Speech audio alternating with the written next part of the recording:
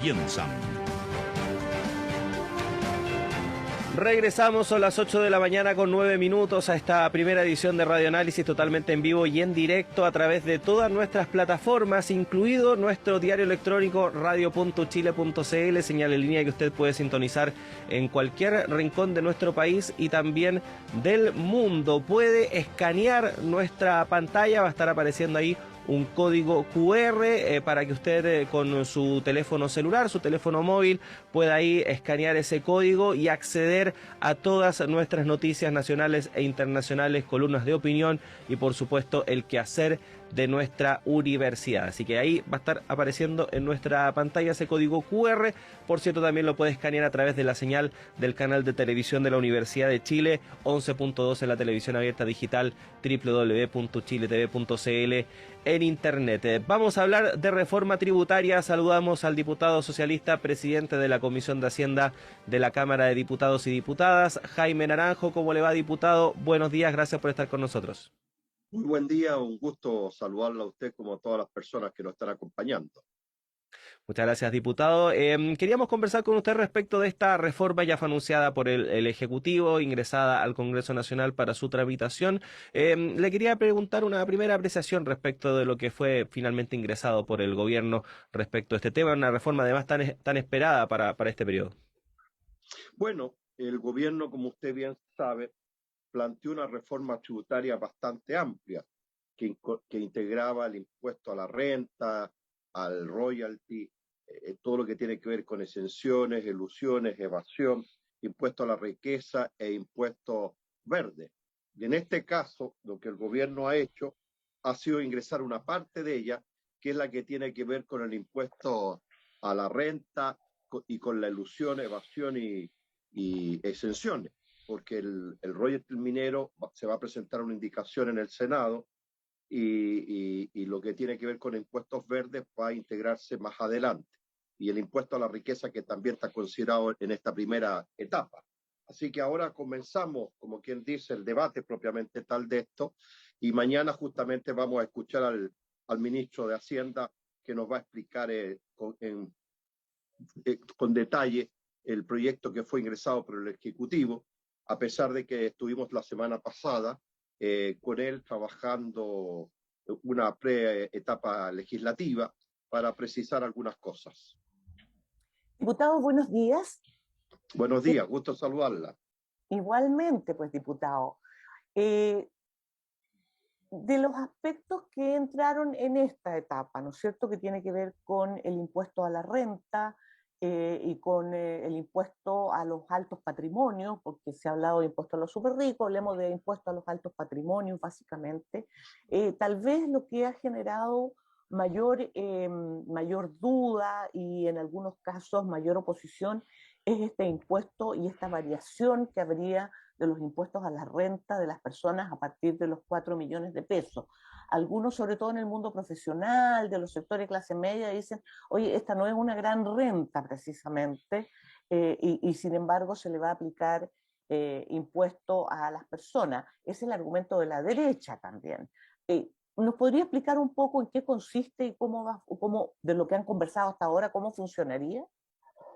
No, mire, lo que pasa es que las categorías, usted sabe que hasta los 700 y fracción no se paga impuesto en el país, y ahí comienza una escala progresiva para que la gente comience a pagar impuesto a la renta.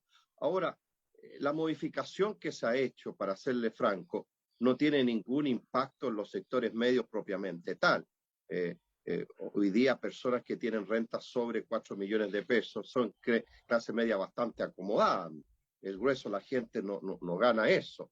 Y lo que se va a incrementar su impuesto no va a ser tampoco una cantidad desproporcionada que va a generar un trastorno en las arcas caseras, por decirlo de alguna manera, para enfrentar el día a día. Es una manera, como lo hemos llamado nosotros, de contribución solidaria de los que tienen más y en apoyo de los que tienen menos. Y por eso justamente está el impuesto al patrimonio, donde llegó la hora de que de una vez por todas, como lo he dicho yo en reiteradas ocasiones, entendamos que hay que invertir en la paz social de Chile. Y porque lo que hoy día lo ha dicho muy claramente el ministro, lo que se recaude tiene destinos bastante precisos, que son demandas y carencias que tiene la sociedad chilena bastante grande, que tiene que ver con todo lo que es materias de salud, de educación, de viviendas. No olvide que tenemos un déficit sobre 600.000 viviendas en el país, lo que tiene que ver con la mejora de las pensiones de la gente. Entonces, ¿hacia dónde está orientado el impuesto que se está cobrando justamente para ir en auxilio de eso? Y por otro lado, a aquellos que dicen que prácticamente esto va a traer un trastorno en la economía, solo quiero recordar que recién el año 2026 va a entrar en pleno ejercicio toda la reforma, es decir, este año y el próximo año el impacto va a ser bastante menor, de tal manera que aquellos que dicen que va a ahuyentar las inversiones, que va a generar profundos trastorno en el empleo en nuestro país, todas estas cosas catastróficas que dicen los sectores adinerados de este país cuando no quieren pagar impuestos, no tiene ningún impacto al comienzo. Entonces, yo le diría que es una reforma bastante realista, flexible, muy bien pensada, porque no nos olvidemos nosotros que nuestro país tiene un serio problema de evasión y elusión. Y si el día de mañana pudiéramos esa parte que debiera ser una cuestión ética, que debieran cumplir todos los chilenos, elimináramos la evasión y la elusión, probablemente no tendríamos para qué hacer alguna reforma tributaria, estaríamos recaudando sobre 10.000 millones de dólares, solo si redujéramos fuertemente todo lo que es la elusión y la evasión. De tal manera que como le digo, esto no va a generar ningún trastorno. Además, y probablemente me lo van a preguntar ustedes, esto que se ha planteado prácticamente que la gente que arrienda departamentos se les va a empezar a pagar un impuesto, es decir, hace mucho tiempo que la gente sabe que tiene que pagar impuestos los que arriendan. Lo que pasa es que eluden, no lo pagan.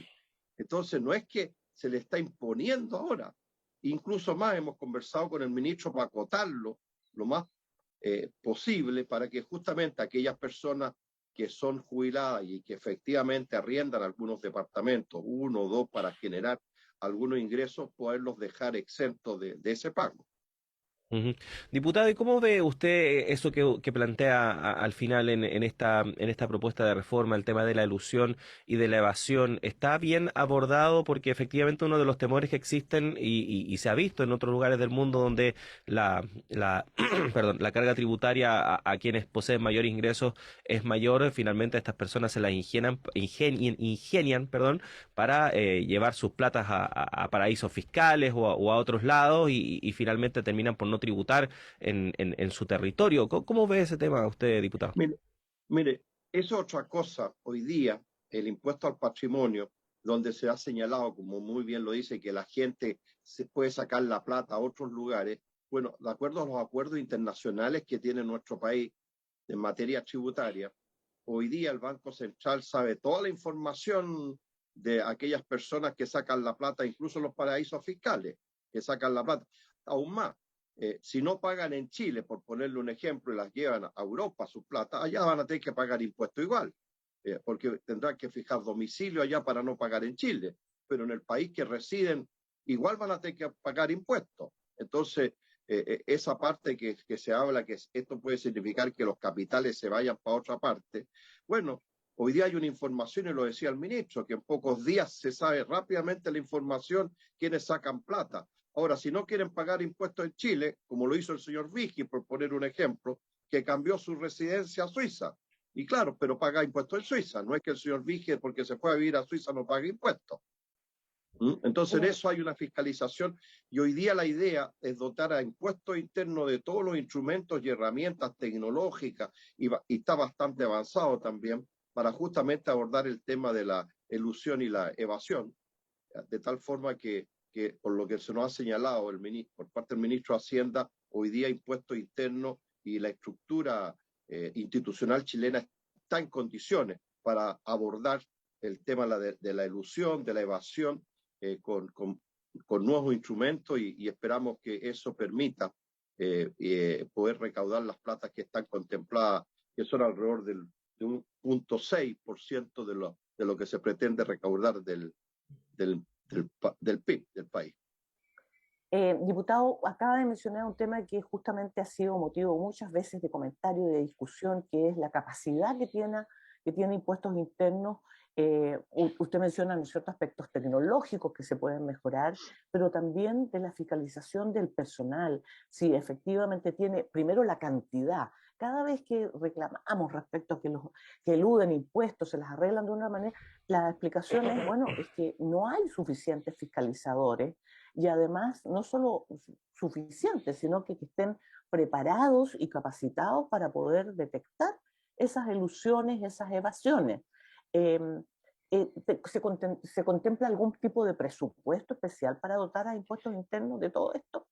Es la parte que el proyecto propiamente tal contempla y donde nosotros justamente, muy bien lo señala usted, le hemos pedido la mayor precisión al ministro sobre esa materia, porque claramente este desafío que se ha puesto a la institución, Impuestos Internos y el Ministerio de Hacienda, para justamente recaudar este 1.6, es porque se entiende que la institución de impuestos internos va a estar en condiciones, ¿no es cierto?, de poder captar todo lo que se está eludiendo y evadiendo. Y por tanto nosotros damos por hecho, y en el detalle lo vamos a preguntar mañana cuando comencemos a abordar este tema en la Comisión de Hacienda, cuáles son las nuevas instrumentos o qué capacidad de funcionarios está contemplado para justamente cumplir esta tarea. Que digámoslo con mucha claridad, la parte más importante de esta reforma tributaria se va justamente a captar a través de la elusión y la evasión. Un punto 6, los 4.1 que está contemplado que esta reforma tributaria recaude, se están orientados principalmente a la etapa de evasión y elusión. Ujú. Diputado, ¿qué le parecen las críticas que han surgido de la oposición en torno a las dudas que se han planteado respecto de que esta reforma no va a poder recaudar lo que dice que va a recaudar? Mire, yo creo que aquellas personas que están más preocupados de los números, porque muchas personas se preocupan más de los números que de las personas. A mí me gustaría que hablaran, ¿no es cierto?, más de las personas. Y cuando me refiero a las personas, es lo importante de recaudar para invertir en las personas. Entonces, hacer una discusión, ¿acaso va a captar el 4, el 3, el 3,2? A mí me gustaría que hablaran derechamente, ¿acaso el país quiere o no quiere reforma tributaria? Porque hay dos cosas donde la derecha y los grupos económicos siempre dicen que están dispuestos a conversar, que son reformas constitucionales y reformas tributarias. Pero cuando llega el momento de hacer reformas constitucionales o reformas tributarias, siempre dicen que no es el momento, que no es la oportunidad, que eso va a afectar la inversión, la seguridad del país y una serie de cosas. Es decir, siempre dicen que están dispuestos a abordar temas constitucionales y temas tributarios, pero cuando uno le dice, ya pues, sentémonos a la mesa, y ahí comienzan a echar pie atrás. No, es que no es el momento, que más adelante. Y bueno, aquí estamos escuchando el mismo discurso histórico de siempre, de la derecha y de los grandes empresarios, que no es el momento porque esto va a afectar la inversión, el empleo, la inflación que tenemos, siempre buscando una justificación para no hacer las cosas. Yo creo que ha llegado el momento de hacer esta reforma tributaria. Como muy bien le señalé al comienzo, en su pleno ejercicio va a entrar el año 2026. Yo creo que el año 2026, a no ser que ellos ya tengan visto la bolita de la vida, la situación económica del mundo no va a ser la misma que estamos viviendo hoy en día. ¿Ah? Y por tanto, es fundamental esta reforma tributaria. Y le vuelvo a reiterar, porque ellos siempre reclaman que quieren mayor seguridad, mayor tranquilidad. Bueno, justamente, si esta reforma tributaria, como yo digo, es para invertir en la paz social de Chile, para que la gente que reclama con justicia abusos, atropellos, injusticias sociales, podamos ir en auxilio de ellas, apoyarlos en sus reclamos permanentes en materia de salud, que no hay especialistas, que no lo pueden operar, en materia educacional, que la infraestructura es mala, el acceso a la educación superior y todo aquello. Lo que hemos dicho en materia de vivienda, 600.000 viviendas que están en déficit, entonces tenemos que abordar ese tema. Lo mismo la situación indigna que han generado la AFP con las pensiones de los jubilados. Entonces son temas candentes que el país los tiene que resolver. Así que yo lo único que le digo es que yo espero que esta vez esta gente que siempre se niega, pero siempre dice que está dispuesto a hacerlo, cumplan su palabra. Diputado, volviendo un poco a los mecanismos para garantizar que se pueda recaudar, como dice usted, si no es el 4, será el 3,6, será el 3,8, pero que se pueda recaudar lo máximo posible.